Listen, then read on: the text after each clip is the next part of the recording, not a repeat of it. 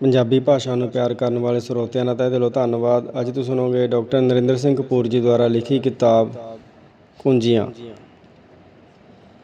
ਕਈ ਵਾਰੀ ਮਿਹਨਤ ਕੋਈ ਹੋਰ ਕਰਦਾ ਹੈ ਅਤੇ ਵਾਹ ਵਾਹ ਕੋਈ ਹੋਰ ਖੱਟ ਜਾਂਦਾ ਹੈ। ਐਡੀਸਨ ਬੜਾ ਵੱਡਾ ਵਿਗਿਆਨੀ ਸੀ, ਪਰ ਉਸ ਦਾ ਸਮਕਾਲੀ ਨਿਕੋਲਾ ਟੈਸਲਾ ਉਸ ਤੋਂ ਵੀ ਵੱਡਾ ਵਿਗਿਆਨੀ ਸੀ।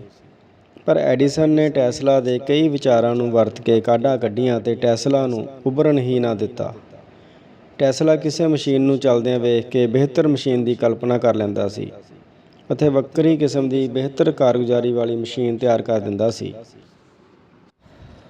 ਉਸ ਨੇ ਕਈ ਕਾਢਾਂ ਕੱਢੀਆਂ ਜਿਨ੍ਹਾਂ ਨੂੰ ਐਡੀਸਨ ਨੇ ਆਪਣੀਆਂ ਬਣਾ ਕੇ ਪ੍ਰਸਿੱਧੀ ਕਮਾਈ। ਵਿਗਿਆਨ ਦੇ ਖੇਤਰ ਵਿੱਚ ਟੈਸਲਾ ਦੀ ਮਾਨਤਾ ਹੈ। ਐਡੀਸਨ ਨੇ ਇਸ ਲਈ ਨੋਬੈਲ ਪੁਰਸਕਾਰ ਨਾ ਲਿਆ ਕਿਉਂਕਿ ਉਸ ਨੂੰ ਇਹ ਪੁਰਸਕਾਰ ਟੈਸਲਾ ਨਾਲ ਵੰਡਣਾ ਪੈਣਾ ਸੀ। ਕੁਝ ਮਹਾਨ ਵਿਅਕਤੀ ਦਿਸਦੇ ਹਨ, ਕੁਝ ਉਹਨਾਂ ਨਾਲੋਂ ਵੀ ਮਹਾਨ ਹੁੰਦੇ ਹਨ ਜਿਹੜੇ ਦਿਸਦੇ ਨਹੀਂ। ਪਿਛਲੀਆਂ ਕੁਝ ਸਦੀਆਂ ਦੌਰਾਨ ਵਿਗਿਆਨ ਦੇ ਤੇਜ਼ੀ ਨਾਲ ਹੋਏ ਵਿਕਾਸ ਕਾਰਨ ਮਨੁੱਖ ਨੂੰ ਪਹਿਲੇ ਸਮਿਆਂ ਦੇ ਮੁਕਾਬਲੇ ਬਹੁਤ ਜ਼ਿਆਦਾ ਸੋਚਣਾ ਪੈ ਰਿਹਾ ਹੈ। ਪਹਿਲਾਂ ਮਨੁੱਖ ਭਾਸ਼ਾ ਵਿੱਚ ਹੀ ਸੋਚਦਾ ਸੀ, ਹੁਣ ਇਤਨਾ ਸੋਚਣਾ ਪੈ ਰਿਹਾ ਹੈ ਕਿ ਭਾਸ਼ਾ ਕੰਮ ਨਹੀਂ ਸਾਰਦੀ, ਜਿਸ ਕਾਰਨ ਅਜੋਕਾ ਵਿਗਿਆਨੀ ਭਾਸ਼ਾ ਤੋਂ ਪਰੇ ਵੀ ਸੋਚਣ ਲੱਗ ਪਿਆ ਹੈ। ਹੁਣ ਇਹ ਚਿੰਨ੍ਹਾਂ ਅਤੇ ਬਿੰਬਾਂ ਵਿੱਚ ਸੋਚਦਾ ਹੈ, ਜਿਸ ਕਾਰਨ ਵੱਖ-ਵੱਖ ਵਿਸ਼ਿਆਂ ਵਿੱਚ ਨਵੇਂ ਚਿੰਨ੍ਹਾਂ ਅਤੇ ਬਿੰਬਾਂ ਦਾ ਨਿਰਮਾਣ ਹੋ ਰਿਹਾ ਹੈ, ਜਿਨ੍ਹਾਂ ਕਾਰਨ ਸੋਚਣ ਦੀ ਵਿਧੀ ਵੀ ਬਦਲ ਗਈ ਹੈ। ਪ੍ਰਸਿੱਧ ਵਿਗਿਆਨੀ ਆਇਨਸਟਾਈਨ ਦਾ ਸੋਚਣ ਢੰਗ ਇਲਹਾਮੀ ਸੀ। ਉਸ ਨੂੰ ਅਚੇਤ ਮਨ ਦੀਆਂ ਸੁਰੰਗਾਂ ਵਿੱਚੋਂ ਫਾਰਮੂਲੇ ਲੱਭਦੇ ਸਨ। ਰਸਾਇਣ ਵਿਗਿਆਨ ਦੇ ਪੀਰੀਆਡਿਕ ਟੇਬਲ ਦੀ ਬਣਤਰ ਦਮਿਤਰੀ ਨਾਂ ਦੇ ਵਿਗਿਆਨੀ ਨੂੰ ਸੁਪਨੇ ਵਿੱਚ ਵਿਖਾਈ ਦਿੱਤੀ ਸੀ। ਪ੍ਰਸਿੱਧ ਸੰਗੀਤਕਾਰ ਮੋਜ਼ਾਰਟ ਆਇਨਸਟਾਈਨ ਦਾ ਚਹੇਤਾ ਸੰਗੀਤਕਾਰ ਸੀ, ਜਿਸ ਨੂੰ ਉਹ ਉਤਸ਼ਾਹ ਨਾਲ ਸੁਣਦਾ ਸੀ। ਆਇਨਸਟਾਈਨ ਸੁਣਦਾ ਸੰਗੀਤ ਸੀ, ਪਰ ਫਾਰਮੂਲੇ ਉਸ ਨੂੰ ਗਣਿਤ ਅਤੇ ਫਿਜ਼ਿਕਸ ਦੇ ਸੁੱਝਦੇ ਸਨ। ਮਹਾਨ ਵਿਗਿਆਨੀ ਜੇ ਆਪ ਵੀ ਚਾਹੁਣ ਤਾਂ ਦੱਸ ਨਹੀਂ ਸਕਦੇ ਕਿ ਉਹ ਕਿਵੇਂ ਸੋਚਦੇ ਹਨ। ਉਹ ਕਰਾਮਾਤਾਂ ਵਾਂਗ ਸੋਚਦੇ ਹਨ। ਸਾਡੀ ਇੱਕ ਜਮਾਤਨ ਅੱਖ ਦਾ ਕੋਨਾ ਦੱਬ ਕੇ ਪੁੱਛਦੀ ਸੀ, ਕੀ ਹਾਲ ਏ? ਉਸਦੇ ਪੁੱਛਣ ਨਾਲ ਹਰ ਕਿਸੇ ਦਾ ਹਾਲ ਚੰਗਾ ਹੋ ਜਾਂਦਾ ਸੀ। ਉਹ ਹਰ ਕਿਸੇ ਨੂੰ ਨਖਰਿਆਂ ਨਾਲ ਹੀ ਖਰੀਦ ਲੈਂਦੀ ਸੀ। ਉਸਦੀ ਜੀਭ ਸ਼ਹਿਦ ਨਾਲ ਚੌਪੜੀ ਹੋਈ ਸੀ। ਉਹ ਹਰ ਕਿਸੇ ਦੀ ਉਡੀਕ ਸੀ। ਉਸਦਾ ਨਾਂ ਹੁਸਨ ਦੀ ਪੋਟਲੀ ਪਿਆ ਹੋਇਆ ਸੀ। ਉਹ ਸਾਰੀ ਕਲਾਸ ਦੀ ਸਾਂਝੀ ਧੜਕਣ ਸੀ। ਕੁਝ ਲੜਕੇ ਉਸਦੇ ਪਰਵਾਨੇ ਸਨ, ਬਹੁਤੇ ਦੀਵਾਨੇ ਸਨ। ਉਹ ਚਲਦੀ ਫਿਰਦੀ ਰੌਣਕ ਸੀ। ਉਸਦੀ ਬੜੀ ਯਾਦ ਆਉਂਦੀ ਹੈ। ਕੋਈ ਵਕਤ ਸੀ ਜਦੋਂ ਕਿਸੇ ਦੇ ਕਦਮਾਂ ਦੀ ਆਹਟ ਨਾਲ ਹੀ ਦਰਵਾਜ਼ਾ ਖੋਲ੍ਹ ਦਿੱਤਾ ਜਾਂਦਾ ਸੀ। ਫਿਰ ਕੁੰਡੀ ਖੜਕਾਉਣ ਦੀ ਲੋੜ ਪਈ। ਬਿਜਲੀ ਲੱਗਣ ਨਾਲ ਕਾਲ ਬੈਲ ਵਜਾਉਣ ਦਾ ਰਿਵਾਜ ਪਿਆ। ਹੁਣ ਕਾਲ ਬੈਲ ਦੇ ਨਾਲ ਕੈਮਰਾ ਵੀ ਲੱਗਾ ਹੁੰਦਾ ਹੈ। ਹੁਣ ਕਾਲ ਬੈਲ ਵਜਾ ਕੇ ਵਿਚਾਰੇ ਜਿਹੇ ਬਣ ਕੇ ਖਲੋਣਾ ਪੈਂਦਾ ਹੈ। ਅਕਸਰ ਕੁੱਤਾ ਹੀ ਸਭ ਤੋਂ ਪਹਿਲਾਂ ਹਾਲ ਚਾਲ ਪੁੱਛਦਾ ਹੈ। ਜੇ ਨੌਕਰ ਬਾਹਰ ਆਵੇ ਤਾਂ ਹਲਫੀਆ ਬਿਆਨ ਦੇਣਾ ਪੈਂਦਾ ਹੈ। ਅਕਸਰ ਇਵੇਂ ਹੀ ਵੀ ਹੁੰਦਾ ਹੈ ਕਿ ਕਿਸੇ ਦਾ ਦਰਵਾਜ਼ਾ ਖਟਖਟਾਈਏ ਤਾਂ ਗੁਆਂਢੀ ਸੁਣ ਲੈਂਦੇ ਹਨ, ਘਰ ਵਾਲੇ ਨਹੀਂ ਸੁਣਦੇ। ਇਹਨਾਂ ਕਾਰਨਾਂ ਕਰਕੇ ਕਿਸੇ ਦੇ ਘਰ ਜਾਣ ਦੀ ਬਜਾਏ ਉਸ ਨੂੰ ਫੋਨ ਹੀ ਕਰ ਲਿਆ ਜਾਂਦਾ ਹੈ। ਕਈ ਵਾਰੀ ਫੋਨ ਵੀ ਨਹੀਂ ਸੁਣਿਆ ਜਾਂਦਾ, ਜਿਸ ਕਾਰਨ ਸੁਨੇਹੇ ਨਾਲ ਹੀ ਕੰਮ ਸਾਰਨਾ ਪੈਂਦਾ ਹੈ। ਕਿਸੇ ਦਾ ਚਿਹਰਾ ਚਿੱਤਰਨ ਵੇਲੇ ਚਿੱਤਰਕਾਰ ਆਪਣੀ ਚੇਤਨਾ ਵਿੱਚੋਂ ਉਸ ਚਿਹਰੇ ਤੋਂ ਇਲਾਵਾ ਸਾਰੇ ਚਿਹਰੇ ਬਾਹਰ ਕੱਢ ਦਿੰਦਾ ਹੈ। ਇਸ ਕਾਰਨ ਉਸ ਲਈ ਉਹ ਚਿਹਰਾ ਚਿੱਤਰਨਾ ਸੌਖਾ ਹੋ ਜਾਂਦਾ ਹੈ। ਮੱਠਾਂ ਵਿੱਚ ਸਰੀਰਕ ਅਤੇ ਮਾਨਸਿਕ ਅਨੁਸ਼ਾਸਨ ਬੜਾ ਕਰੜਾ ਹੁੰਦਾ ਹੈ, ਜਿਸ ਰਾਹੀਂ ਮਨ ਅਤੇ ਸੋਚ ਨੂੰ ਸਾਧਿਆ ਜਾਂਦਾ ਹੈ। ਸਪੇਨ ਵਿੱਚ ਜਵਾਨਾਂ ਦੇ ਇੱਕ ਮੱਠ ਦਾ ਅਨੁਸ਼ਾਸਨ ਸਭ ਤੋਂ ਵਧੇਰੇ ਸਖਤ ਮੰਨਿਆ ਜਾਂਦਾ ਹੈ। ਉੱਥੇ 2 ਸਾਲ ਚੁੱਪ ਰਹਿਣ ਮਗਰੋਂ ਇੱਕ ਵਾਰੀ ਕੇਵਲ 2 ਸ਼ਬਦ ਬੋਲਣ ਦਾ ਅਵਸਰ ਮਿਲਦਾ ਹੈ। ਇੱਕ ਵਾਰੀ 2 ਸਾਲ ਪੂਰੇ ਹੋਣ 'ਤੇ ਵੱਡਿਆਂ ਵੱਲੋਂ ਨਵੇਂ ਜਵਾਨ ਨੂੰ 2 ਸ਼ਬਦ ਬੋਲਣ ਲਈ ਬੁਲਾਇਆ ਗਿਆ। ਉਸਨੇ ਕਿਹਾ, ਮੇਰਾ ਅਸਤੀਫਾ। ਵਡੇਰਿਆਂ ਨੇ ਕਿਹਾ, ਤੂੰ 2 ਸਾਲ ਤੋਂ ਸ਼ਿਕਾਇਤਾਂ ਹੀ ਕਰੀ ਜਾ ਰਿਹਾ ਹੈ, ਜਾ। ਮਾਪਿਆਂ ਨਾਲ ਸਾਡੇ ਸਬੰਧਾਂ ਦੀ ਭਾਵਕ ਡੂੰਘਾਈ ਵਧੇਰੇ ਹੁੰਦੀ ਹੈ, ਕਿਉਂਕਿ ਉਹਨਾਂ ਨੇ ਸਾਨੂੰ ਆਪਣੀਆਂ ਭਾਵਨਾਵਾਂ ਅਤੇ ਸੁਪਨਿਆਂ ਨਾਲ ਸਿੰਜਿਆ ਹੁੰਦਾ ਹੈ। ਉਹ ਸਾਨੂੰ ਆਪਣਾ ਵਿਸਥਾਰ ਅਤੇ ਆਪਣਾ ਭਵਿੱਖ ਸਮਝਦੇ ਹਨ। ਸਾਨੂੰ ਖੁਆ ਕੇ ਉਹ ਆਪ ਰੱਜ ਜਾਂਦੇ ਹਨ। ਠੰਡ ਮਾਂ ਨੂੰ ਲੱਗਦੀ ਹੈ, ਸਵੈਟਰ ਉਹ ਸਾਨੂੰ ਪਵਾ ਦਿੰਦੀ ਹੈ। ਮਾਪੇ ਬੱਚਿਆਂ ਦੀ ਯੋਗਤਾ ਰਾਹੀਂ ਆਪ ਯੋਗ ਹੋ ਗਏ ਮਹਿਸੂਸ ਕਰਦੇ ਹਨ। ਬੱਚਾ ਲਾਇਕ ਹੋਵੇ, ਪ੍ਰਸੰਨ ਮਾਂ ਹੁੰਦੀ ਹੈ। ਪ੍ਰਸ਼ੰਸਾ ਧੀ ਦੀ ਹੋਵੇ, ਮਾਣ ਪਿਤਾ ਮਹਿਸੂਸ ਕਰਦਾ ਹੈ। ਸੰਤਾਨ ਵਿੱਚ ਜੀਵਨ ਦਾ ਜੋਸ਼ ਹੁੰਦਾ ਹੈ। ਬੱਚੇ ਨੂੰ ਪਾਲਦੀ ਮਾਂ ਥੱਕਦੀ ਨਹੀਂ। ਜੇ ਪਤੀ ਅਤੇ ਪੁੱਤਰ ਨਾਲ ਹੋਣ ਤਾਂ ਇਸਤਰੀ ਸ਼ੇਰ ਨਾਲੋਂ ਵੀ ਬਹਾਦਰ ਹੁੰਦੀ ਹੈ। ਜੇ ਧੀ ਨਾ ਹੋਵੇ ਤਾਂ ਪੁਰਸ਼ ਚਰਿੱਤਰਵਾਨ ਨਹੀਂ ਬਣਦਾ। ਬੱਚੇ ਨੂੰ ਗੋਦੀ ਵਿੱਚ ਬਿਠਾ ਕੇ ਮਾਂ ਆਪ ਨਿੱਘੀ ਹੋ ਜਾਂਦੀ ਹੈ। ਮਾਪਿਆਂ ਨੇ ਹਮੇਸ਼ਾ ਨਹੀਂ ਰਹਿਣਾ, ਉਹਨਾਂ ਦਾ ਧਿਆਨ ਰੱਖੋ, ਉਹਨਾਂ ਦੀ ਛਾਂ ਮਾਣੋ, ਉਹਨਾਂ ਦਾ ਮਾਣ ਕਰੋ।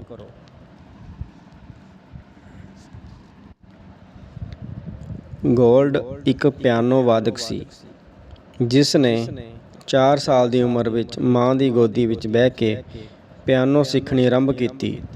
ਉਸ ਦੀ ਮਾਂ ਇੱਕ ਸਥਾਪਤ ਪਿਆਨੋ ਵਾਦਕ ਸੀ। ਗੋਲਡ ਉਸ ਤੋਂ ਸਿੱਖ ਕੇ ਪਿਆਨੋ ਵਜਾਇਆ ਕਰਦਾ ਸੀ। ਫਿਰ ਮਾਂ ਅਤੇ ਪੁੱਤਰ ਦੋਵੇਂ ਰਲ ਕੇ ਵਜਾਉਣ ਲੱਗ ਪਏ। ਜਦੋਂ ਗੋਲਡ 11 ਸਾਲਾਂ ਦਾ ਹੋਇਆ ਤਾਂ ਉਹ ਮਾਂ ਦੀ ਕਾਰਗੁਜ਼ਾਰੀ ਨੂੰ ਸੋਧਣ ਲੱਗ ਪਿਆ। ਮਾਂ ਬੜੀ ਪ੍ਰਸੰਨ ਸੀ, ਕਿਉਂਕਿ ਉਹ ਗੋਲਡ ਦੀ ਮਾਂ ਹੀ ਨਹੀਂ ਸੀ, ਉਸ ਦੀ ਪਹਿਲੀ ਉਸਤਾਦ ਵੀ ਸੀ ਅਤੇ ਪਹਿਲੀ ਸ਼ਿਸ਼ ਵੀ ਸੀ। ਗੋਲਡ ਨੇ ਕਈ ਸਾਲ ਮਨੁੱਖੀ ਸਰੀਰ ਦੇ ਅਧਿਐਨ 'ਤੇ ਲਾਏ। ਹੱਥਾਂ ਅਤੇ ਉਂਗਲਾਂ ਦੀ ਕਾਰਗੁਜ਼ਾਰੀ ਅਤੇ ਕਾਰਜ ਵਿਧੀ ਦਾ ਅਧਿਐਨ ਕੀਤਾ, ਤਾਂ ਕਿ ਅਜਿਹੇ ਪਿਆਨੋ ਦਾ ਨਿਰਮਾਣ ਕੀਤਾ ਜਾਵੇ ਜਿਸ ਨੂੰ ਉਂਗਲਾਂ ਵਜਾਉਣ ਨਾ, ਜਿਸ 'ਤੇ ਉਂਗਲਾਂ ਨੱਚਣ। 19 ਸਾਲ ਦੀ ਉਮਰ ਵਿੱਚ ਗੋਲਡ ਆਪਣੇ ਰਾਹ ਪੈ ਗਿਆ। ਉਸਤਾਦ ਮਾਂ ਨੇ ਖੁਸ਼ੀ-ਖੁਸ਼ੀ ਵਿਦਾ ਕੀਤਾ ਅਤੇ ਉਹ ਸੰਸਾਰ ਦਾ ਹਰਮਨ ਪਿਆਰਾ ਪਿਆਨੋ ਵਾਦਕ ਹੋ ਨਿਬੜਿਆ। ਸਾਡੇ ਵਿਕਾਸ ਦੇ ਰਾਹ ਵਿਚਲੀ ਸਭ ਤੋਂ ਵੱਡੀ ਰੁਕਾਵਟ ਉਹ ਭਾਵਕ ਮਾਰ ਹੁੰਦੀ ਹੈ, ਜਿਹੜੀ ਸਾਡੇ ਆਪਣੇ ਮਾਰਦੇ ਹਨ ਅਤੇ ਸਾਨੂੰ ਨਿਰਉਤਸਾਹਿਤ ਕਰਦੇ ਹਨ। 18ਵੀਂ ਸਦੀ ਦੇ ਮੁੱਢ ਵਿੱਚ ਅਮਰੀਕਾ ਵਿੱਚ ਬੈਂਜਾਮਿਨ ਆਪਣੇ ਵੱਡੇ ਭਰਾ ਦੇ ਛਾਪੇਖਾਨੇ ਵਿੱਚੋਂ ਛਪਣ ਵਾਲੇ ਸਮਾਚਾਰ ਪੱਤਰ ਵਿੱਚ ਇੱਕ ਕਾਲਮ ਲਿਖਣਾ ਚਾਹੁੰਦਾ ਸੀ, ਪਰ ਵੱਡੇ ਭਰਾ ਨੇ ਉਸ ਦੀ ਲਿਖਤ ਨੂੰ ਕੋਈ ਮਹੱਤਵ ਨਾ ਦਿੱਤਾ। ਬੈਂਜਾਮਿਨ ਨੇ ਬੋਸਟਨ ਰਾਜ ਦੇ ਇਤਿਹਾਸ, ਰਾਜਨੀਤੀ, ਸਮਾਜ, ਸੱਭਿਆਚਾਰ ਆਦਿ ਦਾ ਡੂੰਘਾ ਅਧਿਐਨ ਕੀਤਾ ਅਤੇ ਇੱਕ ਵਿਧਵਾ ਬਣ ਕੇ ਚਿੱਠੀਆਂ ਦੇ ਰੂਪ ਵਿੱਚ ਆਪਣੀਆਂ ਲਿਖਤਾਂ ਭੇਜਣੀਆਂ ਆਰੰਭ ਕੀਤੀਆਂ, ਜਿਹੜੀਆਂ ਅਖਬਾਰ ਦੀ ਛਪਣ ਗਿਣਤੀ ਵਧਾਉਣ ਦਾ ਕਾਰਨ ਬਣੀਆਂ। ਜਦੋਂ ਬੈਂਜਾਮਿਨ ਨੇ ਆਪਣੇ ਭਰਾ ਨੂੰ ਦੱਸਿਆ ਕਿ ਵਿਧਵਾ ਵਾਲੇ ਖੱਤ ਉਸ ਦੇ ਲਿਖੇ ਹੁੰਦੇ ਹਨ, ਤਾਂ ਖੁਸ਼ ਹੋਣ ਦੀ ਬਜਾਏ ਭਰਾ ਨੇ ਉਸ ਉੱਤੇ ਝੂਠ ਦਾ ਸਹਾਰਾ ਲੈਣ ਦਾ ਦੋਸ਼ ਲਾਇਆ ਅਤੇ ਭਰਾ ਦਾ ਵਿਹਾਰ ਗਾਲੀ ਗਲੋਚ ਵਾਲਾ ਹੋਣ ਕਰਕੇ 17 ਸਾਲਾਂ ਦਾ ਬੈਂਜਾਮਿਨ ਉੱਥੋਂ ਚਲਾ ਗਿਆ। ਉਸਨੇ 10 ਸਾਲਾਂ ਦੀ ਵਿੱਦਿਆ 5 ਸਾਲਾਂ ਵਿੱਚ ਪੂਰੀ ਕੀਤੀ ਅਤੇ ਉਹ ਮੂਹਰਲੀ ਕਤਾਰ ਦਾ ਲੇਖਕ, ਛਾਪਕ, ਫਿਲਾਸਫਰ, ਰਾਜਨੀਤਿਕ ਆਗੂ, ਪੋਸਟ ਮਾਸਟਰ, ਵਿਗਿਆਨੀ ਅਤੇ ਸੰਗੀਤਕਾਰ ਹੋਣ ਦੇ ਨਾਤੇ ਅਮਰੀਕਾ ਦੇ ਬਾਨੀਆਂ ਵਿੱਚੋਂ ਇੱਕ ਹੋ ਨਿਬੜਿਆ। ਉਹ ਅਮਰੀਕਾ ਦਾ ਪਹਿਲਾ ਪੋਸਟ ਮਾਸਟਰ ਜਨਰਲ ਬਣਿਆ। ਉਹ ਫਰਾਂਸ ਅਤੇ ਸਵੀਡਨ ਵਿੱਚ ਅਮਰੀਕਾ ਦਾ ਸਫੀਰ ਬਣਿਆ। ਉਹ ਅਸੈਂਬਲੀ ਦਾ ਸਪੀਕਰ ਚੁਣਿਆ ਗਿਆ। ਉਸਨੇ ਅਸਮਾਨੀ ਬਿਜਲੀ ਸੰਬੰਧੀ ਖੋਜ ਕੀਤੀ ਅਤੇ ਬਾਈਫੋਕਲ ਐਨਕ ਦਾ ਨਿਰਮਾਣ ਕੀਤਾ। ਉਸਨੇ ਅਮਰੀਕਾ ਵਿੱਚ ਫਾਇਰ ਬ੍ਰਿਗੇਡ ਅਤੇ ਸਟਰੀਟ ਲਾਈਟ ਦੀ ਨੀਂਹ ਰੱਖੀ। ਉਸਨੇ ਇਤਨੇ ਕੰਮ ਕੀਤੇ ਕਿ ਉਸ ਨੂੰ ਪਹਿਲਾ ਅਮਰੀਕਨ ਹੋਣ ਦਾ ਮਾਣ ਸਨਮਾਨ ਮਿਲਿਆ। ਜਦੋਂ ਕੋਈ ਪਿਆਰ ਕਰਦਾ ਹੈ ਤਾਂ ਉਸ ਵੇਲੇ ਦੇ ਹਾਲਾਤ ਦੱਸਦੇ ਹਨ ਕਿ ਇਕੱਠੇ ਰਿਹਾ ਜਾ ਸਕਦਾ ਹੈ। ਦੋਵੇਂ ਧਿਰਾਂ ਭਾਵੁਕ ਹੋ ਕੇ ਸਾਰਾ ਜੀਵਨ ਇਕੱਠੇ ਰਹਿਣ ਦੇ ਵਾਅਦੇ ਕਰਦੀਆਂ ਹਨ, ਪਰ ਜਦੋਂ ਇਕੱਠੇ ਰਹਿੰਦੇ ਹਨ ਤਾਂ ਸਭ ਕੁਝ ਬਦਲਣ ਲੱਗ ਪੈਂਦਾ ਹੈ। ਹਾਲਾਤ ਬਦਲ ਜਾਂਦੇ ਹਨ, ਤਰਜੀਹਾਂ ਅਤੇ ਮਨ ਬਦਲ ਜਾਂਦਾ ਹੈ। ਅਸੀਂ ਆਪ ਬਦਲ ਜਾਂਦੇ ਹਾਂ, ਆਲਾ ਦੁਆਲਾ ਬਦਲ ਜਾਂਦਾ ਹੈ। ਜਿਹੜੇ ਸਾਰਾ ਜੀਵਨ ਇਕੱਠੇ ਰਹਿਣ ਲਈ ਤਾਂਘਦੇ ਸਨ, ਉਹ ਇਕੱਠੇ ਰਹਿਣ ਨੂੰ ਹੀ ਸਭ ਤੋਂ ਵੱਡੀ ਸਜ਼ਾ ਸਮਝਣ ਲੱਗ ਪੈਂਦੇ ਹਨ। ਅਜਿਹੀ ਹਾਲਤ ਵਿੱਚ ਵਿਛੜਨਾ ਹੀ ਠੀਕ ਲੱਗਣ ਲੱਗ ਪੈਂਦਾ ਹੈ।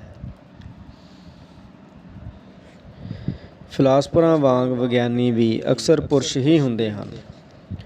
ਫਿਲਾਸਫੀ ਅਤੇ ਵਿਗਿਆਨ ਦੀਆਂ ਪੁਸਤਕਾਂ ਵਿੱਚ ਰੌਣਕ ਨਹੀਂ ਹੁੰਦੀ। ਜੇ ਯਤਨ ਕੀਤਾ ਜਾਂਦਾ ਤਾਂ ਇਹਨਾਂ ਨੂੰ ਦਿਲਚਸਪ ਬਣਾਇਆ ਜਾ ਸਕਦਾ ਸੀ, ਪਰ ਅਜਿਹਾ ਤਾਂ ਹੀ ਸੰਭਵ ਹੋਣਾ ਸੀ ਜੇ ਫਿਲਾਸਫਰ ਅਤੇ ਵਿਗਿਆਨੀ, ਪ੍ਰੇਮੀ, ਕਵੀ, ਸੰਗੀਤਕਾਰ, ਚਿੱਤਰਕਾਰ ਆਦਿ ਵੀ ਹੁੰਦੇ ਅਤੇ ਇਹਨਾਂ ਦੇ ਵਿਗਿਆਨ ਅਤੇ ਫਿਲਾਸਫੀ ਤੋਂ ਬਾਹਰ ਵੀ ਸ਼ੌਕ ਹੁੰਦੇ। ਫਿਲਾਸਫਰਾਂ ਅਤੇ ਵਿਗਿਆਨੀਆਂ ਦੀ ਸਾਰੀ ਊਰਜਾ ਉਹਨਾਂ ਦੇ ਚਿੰਤਨ ਵਿੱਚ ਲੱਗ ਜਾਂਦੀ ਹੈ, ਜਿਸ ਕਾਰਨ ਇਹ ਰੌਣਕ ਵੱਲ ਪਿੱਠ ਕਰ ਲੈਂਦੇ ਹਨ। ਇਹਨਾਂ ਦੀਆਂ ਪਤਨੀਆਂ ਨਾ ਸੁਹਾਗਣਾਂ ਹੁੰਦੀਆਂ ਹਨ, ਨਾ ਵਿਧਵਾਵਾਂ। ਕਿਸੇ ਮੂਰਖ ਨੂੰ ਕਦੇ ਵੀ ਮੂਰਖ ਨਾ ਕਹੋ। ਜੋ ਕਹਿਣਾ ਹੈ ਇਸ ਤਰ੍ਹਾਂ ਕਹੋ ਕਿ ਉਹ ਆਪਣੇ ਆਪ ਨੂੰ ਸਿਆਣਾ ਸਮਝੇ। ਐਵੇਂ ਖਹਿੜਾ ਛੁਡਾਉਣਾ ਸੌਖਾ ਹੋ ਜਾਵੇਗਾ। ਜਿਵੇਂ ਸ਼੍ਰੀਮਾਨ ਜੀ, ਇਹ ਗੱਲ ਤੁਸੀਂ ਹੀ ਕਹਿ ਸਕਦੇ ਹੋ। ਅਜਿਹੀ ਗੱਲ ਕਿਸੇ ਹੋਰ ਨੂੰ ਸੁੱਝ ਹੀ ਨਹੀਂ ਸਕਦੀ। ਕਈ ਲੋਕ ਕਾਰਜ ਦਾ ਆਰੰਭ ਬਚਾਓ ਦਾ ਪ੍ਰਬੰਧ ਕਰਕੇ ਕਰਦੇ ਹਨ। ਇੱਕ ਵਿਅਕਤੀ ਨੇ ਫੈਕਟਰੀ ਲਾਈ। ਸੋਚਿਆ ਜੇ ਕਾਮਯਾਬ ਨਾ ਹੋਇਆ ਤਾਂ ਪਿਤਾ ਦੇ ਵਪਾਰ ਦਾ ਕੰਮ ਸਾਂਭ ਲਵਾਂਗਾ। ਇੱਕ ਨੇ ਵਕਾਲਤ ਆਰੰਭ ਕੀਤੀ। ਸੋਚਿਆ ਜੇ ਸਫਲਤਾ ਨਾ ਮਿਲੀ ਤਾਂ ਚਾਚੇ ਦੇ ਕਾਲਜ ਵਿੱਚ ਪੜ੍ਹਾਉਣ ਲੱਗ ਜਾਵਾਂਗਾ।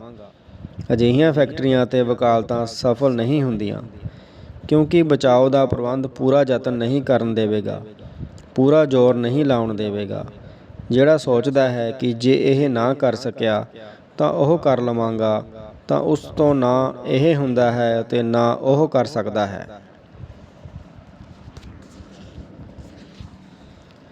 ਇੱਕ ਸਪੈਨਿਸ਼ ਵਾਇਲਨ ਵਾਦਕ ਨੂੰ ਲੋਕ ਜੀਨੀਅਸ ਕਹਿੰਦੇ ਸਨ। ਉਹ ਕਿਹਾ ਕਰਦਾ ਸੀ, ਮੈਂ 35 ਸਾਲ ਹਰ ਰੋਜ਼ 14 ਘੰਟੇ ਰਿਆਜ਼ ਕੀਤਾ ਹੈ ਅਤੇ ਇਹ ਮੈਨੂੰ ਕੇਵਲ ਜੀਨੀਅਸ ਹੀ ਕਹਿੰਦੇ ਹਨ। ਬਣੇ ਬਣਾਏ ਕੱਪੜਿਆਂ ਦੀ ਇੱਕ ਦੁਕਾਨ ਵਿੱਚ ਇੱਕ 22 ਸਾਲ ਦੀ ਲੜਕੀ ਨੇ ਸੂਟ ਪਰਖਣ ਲਈ ਪਾ ਕੇ ਸੇਲਜ਼ ਗਰਲ ਨੂੰ ਕਿਹਾ, ਇਸ ਵਿੱਚ ਤਾਂ ਮੈਂ 40 ਸਾਲਾਂ ਦੀ ਲੱਗਦੀ ਹਾਂ। ਉੱਥੇ ਖਲੋਤੀ 55 ਸਾਲ ਦੀ ਇੱਕ ਇਸਤਰੀ ਨੇ ਕਿਹਾ, ਇਹ ਮੈਨੂੰ ਦੇਣਾ। ਮੈਂ ਇਹੋ ਜਿਹਾ ਸੂਟ ਹੀ ਲੱਭ ਰਹੀ ਸੀ। ਜੋ ਇੱਕ ਲਈ ਸਮੱਸਿਆ ਸੀ, ਉਹ ਕਿਸੇ ਹੋਰ ਲਈ ਉਸਦੀ ਸਮੱਸਿਆ ਦਾ ਹੱਲ ਸੀ। ਇਤਰਾਜ਼ ਅਤੇ ਉਹਨਾਂ ਦੇ ਜਵਾਬ ਦੀਆਂ ਵੰਨਗੀਆਂ। ਅਸੀਂ ਪਹਿਲਾਂ ਇਹ ਕਦੇ ਕੀਤਾ ਹੀ ਨਹੀਂ। ਕਹੋ ਇਸ ਨੂੰ ਕਰਨ ਵਾਲੇ ਅਸੀਂ ਪਹਿਲੇ ਹੋਵਾਂਗੇ। ਸਾਡੇ ਕੋਲ ਸਾਧਨ ਹੀ ਨਹੀਂ। ਜਾਣੋ, ਸਾਧਨ ਲੋੜ ਅਨੁਸਾਰ ਉਪਜਦੇ ਹਨ ਅਤੇ ਉਪਜਾਏ ਜਾਂਦੇ ਹਨ। ਇਵੇਂ ਹੋ ਸਕਣਾ ਸੰਭਵ ਨਹੀਂ। ਕਹੋ ਇੱਕ ਵਾਰੀ ਕੋਸ਼ਿਸ਼ ਜ਼ਰੂਰ ਕਰਾਂਗੇ। ਸਾਡੇ ਕੋਲ ਯੋਗਤਾ ਸਮਰੱਥਾ ਹੀ ਨਹੀਂ ਹੈ। ਕਹੋ ਜਿਨ੍ਹਾਂ ਕੋਲ ਯੋਗਤਾ ਸਮਰੱਥਾ ਹੈ ਉਹਨਾਂ ਤੋਂ ਸਿੱਖਾਂਗੇ। ਮੈਂ ਨਹੀਂ ਕਰ ਸਕਦਾ, ਮੇਰੇ ਤੋਂ ਨਹੀਂ ਹੋਣਾ। ਕਹੋ ਮੈਂ ਕਰ ਸਕਦਾ ਹਾਂ, ਮੈਂ ਕਰਾਂਗਾ, ਮੈਂ ਹੀ ਕਰਾਂਗਾ। ਅਸੀਂ ਸਾਰੇ ਬਰਾਬਰ ਕਿਵੇਂ ਹੋ ਸਕਦੇ ਹਾਂ? ਕਹੋ ਅਸੀਂ ਸਾਰੇ ਬਰਾਬਰ ਹਾਂ ਕਿਉਂਕਿ ਸਾਡੀ ਸਾਰਿਆਂ ਦੀ ਸੂਰਜ ਤੋਂ ਦੂਰੀ ਬਰਾਬਰ ਹੈ। ਸਿਆਣੇ ਲੋਕ ਥੋੜ੍ਹੇ ਜਿਹੇ ਰੁੱਖੇ ਅਤੇ ਮਾਯੂਸ ਵਿਖਾਈ ਦਿੰਦੇ ਹਨ। ਰੁੱਖੇ ਇਸ ਲਈ ਕਿਉਂਕਿ ਭਾਵਨਾਵਾਂ ਵਾਲੀ ਕਮਜ਼ੋਰੀ ਨਹੀਂ ਹੁੰਦੀ। ਮਾਯੂਸ ਇਸ ਲਈ ਕਿ ਜੋ ਵਾਪਰ ਰਿਹਾ ਅਤੇ ਕੀਤਾ ਜਾ ਰਿਹਾ ਹੁੰਦਾ ਹੈ, ਉਸ ਪਿਛਲੇ ਕੋਝੇ ਉਦੇਸ਼ਾਂ ਅਤੇ ਮਨੋਰਥਾਂ ਨੂੰ ਉਹ ਜਾਣਦੇ ਹੁੰਦੇ ਹਨ। ਯਥਾਰਥ ਦੀ ਸੋਝੀ ਉਹਨਾਂ ਨੂੰ ਮੂਰਖਾਂ ਵਾਂਗ ਪ੍ਰਸੰਨ ਨਹੀਂ ਹੋਣ ਦਿੰਦੀ, ਸੋ ਉਹ ਉਦਾਸ ਮਾਯੂਸ ਨਜ਼ਰ ਆਉਂਦੇ ਹਨ। ਯੂਰਪ ਦੇ ਦੇਸ਼ ਛੋਟੇ ਹਨ, ਪਰ ਹਰੇਕ ਦੇਸ਼ ਦੀ ਵਿਲੱਖਣਤਾ ਹੈ। ਯੂਰਪ ਵਿੱਚ 40 ਨਾਲੋਂ ਵਧੇਰੇ ਦੇਸ਼ ਹਨ, ਪਰ ਕੁੱਲ ਆਬਾਦੀ 40 ਕਰੋੜ ਨਾਲੋਂ ਘੱਟ ਹੈ। ਬੌਧਿਕ ਪੱਖੋਂ ਇੰਗਲੈਂਡ ਕਿਸੇ ਹੋਰ ਦੇਸ਼ ਨਾਲੋਂ ਵਧੇਰੇ ਉਦਾਰ ਅਤੇ ਆਜ਼ਾਦ ਹੈ। ਇੱਥੋਂ ਦੇ ਲੋਕ ਕਿਸੇ ਨਵੇਂ ਵਿਚਾਰ ਜਾਂ ਵਿਚਾਰਧਾਰਾ ਨਾਲ ਹੈਰਾਨ ਨਹੀਂ ਹੁੰਦੇ। ਕਲਾ ਅਤੇ ਸ਼ਿੰਗਾਰ ਅਤੇ ਪਹਿਰਾਵੇ ਅਤੇ ਭੋਜਨ ਦੇ ਖੇਤਰ ਵਿੱਚ ਕੁਝ ਨਵਾਂ ਸਭ ਤੋਂ ਪਹਿਲਾਂ ਪੈਰਿਸ ਵਿੱਚ ਵਾਪਰਦਾ ਹੈ। ਜੋ ਨਵਾਂ ਨਹੀਂ, ਉਸ ਵਿੱਚ ਪੈਰਿਸ ਦਿਲਚਸਪੀ ਨਹੀਂ ਲੈਂਦਾ। ਤਕਨਾਲੋਜੀ ਦੇ ਪੱਖੋਂ ਜਰਮਨੀ ਮੋਹਰੀ ਹੈ। ਜਰਮਨ ਕਾਰਾਂ ਸੰਸਾਰ ਭਰ ਦੀ ਪਹਿਲੀ ਪਸੰਦ ਹਨ। ਨਵੇਂ ਡਿਜ਼ਾਈਨ ਦੇ ਨਿਰਮਾਣ ਵਿੱਚ ਇਟਲੀ ਮੂਹਰੇ ਹੈ। ਲੇਖਕ, ਕਵੀ ਜਾਂ ਨਾਵਲਕਾਰ ਕਿਸੇ ਸਮਾਜਿਕ ਕੁਰੀਤੀ ਨੂੰ ਖਤਮ ਤਾਂ ਨਹੀਂ ਕਰ ਸਕਦੇ, ਪਰ ਉਸ ਦੀ ਪਕੜ ਢਿੱਲੀ ਕਰ ਦਿੰਦੇ ਹਨ। 19ਵੀਂ ਸਦੀ ਦੇ ਮੁੱਢ ਵਿੱਚ ਰਾਜਾ ਰਾਮ ਮੋਹਨ ਰਾਏ ਦੀਆਂ ਲਿਖਤਾਂ ਨੇ ਸਤੀ ਦੀ ਰਸਮ 'ਤੇ ਪਾਬੰਦੀ ਲਗਵਾਈ। ਲੰਮਾ ਅਰਸਾ ਭਾਰਤ ਵਿੱਚ ਹਰੇਕ ਪੁਰਸ਼ ਦੀਆਂ ਕਈ ਪਤਨੀਆਂ ਹੁੰਦੀਆਂ ਸਨ। ਨਾਵਲਕਾਰਾਂ ਨੇ ਇਸ ਕੁਰੀਤੀ ਵਿਰੁੱਧ ਆਵਾਜ਼ ਉਠਾਈ ਅਤੇ ਇੱਕ ਪਤੀ ਪਤਨੀ ਦਾ ਕਾਨੂੰਨ ਬਣਿਆ। ਬੰਗਾਲੀ ਨਾਵਲਕਾਰਾਂ ਨੇ ਬਾਲ ਵਿਆਹ ਅਤੇ ਬਾਲ ਵਿਧਵਾਵਾਂ ਨੂੰ ਆਪਣੇ ਨਾਵਲਾਂ ਦੇ ਵਿਸ਼ੇ ਬਣਾਇਆ। ਜਿਸ ਕਾਰਨ ਬਾਲ ਵਿਆਹ 'ਤੇ ਪਾਬੰਦੀ ਲੱਗੀ ਅਤੇ ਵਿਧਵਾ ਵਿਆਹ ਨੂੰ ਪ੍ਰਵਾਨਗੀ ਮਿਲੀ। ਬਚਪਨ ਵਿੱਚ ਇੱਕ ਵਿਅਕਤੀ ਪੰਛੀਆਂ ਦਾ ਗੁਲੇਲ ਨਾਲ ਸ਼ਿਕਾਰ ਕਰਿਆ ਕਰਦਾ ਸੀ।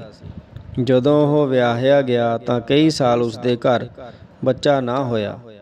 ਕਾਰਨ ਕੋਈ ਵੀ ਹੋ ਸਕਦਾ ਹੈ, ਪਰ ਉਹ ਝੁਰਿਆ ਕਰਦਾ ਸੀ ਕਿ ਕਿਉਂਕਿ ਪੰਛੀ ਦੇ ਬੱਚੇ ਮਾਰਿਆ ਕਰਦਾ ਸੀ, ਇਸ ਕਰਕੇ ਮੇਰੇ ਘਰ ਕੋਈ ਬੱਚਾ ਨਹੀਂ ਹੈ। ਇੱਕ ਥਾਣੇਦਾਰ ਅੰਨ੍ਹਾ ਹੋ ਗਿਆ। ਉਹ ਸੋਚਦਾ ਸੀ, ਮੈਂ ਬੇਦੋਸ਼ੀਆਂ ਨੂੰ ਤਸੀਹੇ ਦਿੰਦਾ ਸਾਂ ਜਿਨ੍ਹਾਂ ਦੀ ਮੈਨੂੰ ਇਹ ਸਜ਼ਾ ਮਿਲੀ ਹੈ। ਪਿਤਾ ਪਤਨੀ ਨਾਲ ਨਹੀਂ, ਕਿਸੇ ਹੋਰ ਔਰਤ ਨਾਲ ਰਹਿੰਦਾ ਸੀ। ਧੀ ਦੇ ਮਨ ਵਿੱਚ ਪੁਰਸ਼ ਜਾਤ ਪ੍ਰਤੀ ਨਫ਼ਰਤ ਸੀ, ਜਿਹੜੀ ਉਹ ਪਤੀ 'ਤੇ ਕੱਢਣ ਲੱਗ ਪਈ। ਤਲਾਕ ਹੋ ਗਿਆ, ਮਾਂ ਮਰ ਗਈ, ਧੀ ਇਕੱਲੀ ਰਹਿ ਗਈ। ਪਿਤਾ ਨਾਲ ਬਣਦੀ ਨਹੀਂ ਸੀ। ਕੋਈ ਮਾੜਾ ਕਾਰਜ ਕਰੋਗੇ, ਕਰਮਾਂ ਦੇ ਸਿਧਾਂਤ ਅਨੁਸਾਰ ਪਛਤਾਵਾ ਹੋਵੇਗਾ। ਹਰ ਕਰਮ ਦਾ ਹਿਸਾਬ ਹੋਵੇਗਾ। ਇਹ ਹਿਸਾਬ ਤੁਸੀਂ ਆਪ ਹੀ ਕਰੋਗੇ। ਅਗਰ ਤੁਸੀਂ ਇਸ ਕਿਤਾਬ ਨੂੰ ਆਨਲਾਈਨ ਆਰਡਰ ਕਰਨਾ ਚਾਹੁੰਦੇ ਹੋ ਤਾਂ ਇਸ ਦਾ ਲਿੰਕ ਡਿਸਕ੍ਰਿਪਸ਼ਨ ਵਿੱਚ ਦੇ ਦਿੱਤਾ ਗਿਆ ਹੈ। ਚੈਨਲ ਨੂੰ ਸਬਸਕ੍ਰਾਈਬ ਕਰਨ ਲਈ ਧੰਨਵਾਦ। ਤੁਹਾਡਾ ਦਿਨ ਸ਼ੁਭ ਰਹੇ।